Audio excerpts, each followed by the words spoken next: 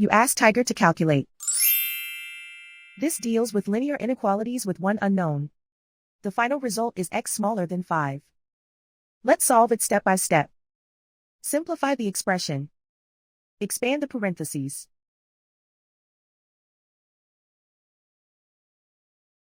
Multiply the coefficients.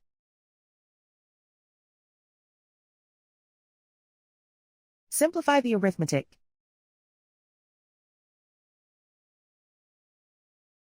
Group all constants on the right side of the inequality.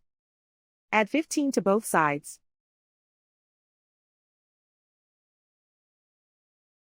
Simplify the arithmetic.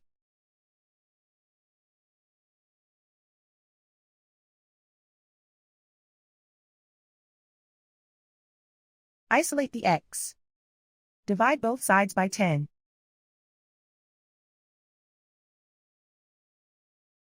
Simplify the fraction.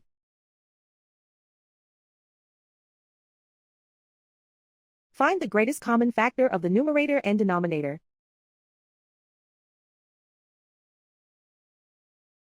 Factor out and cancel the greatest common factor.